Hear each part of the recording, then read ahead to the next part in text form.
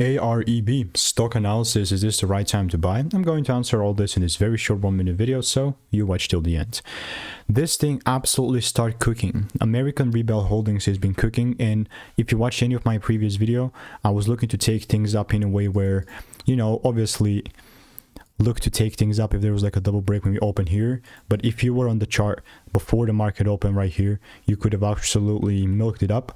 Now, generally speaking, I missed out, and that's okay. Sometimes it's gonna happen. Although, like, I've had so many receipts here in the, let's come here, the Discord. Let's search.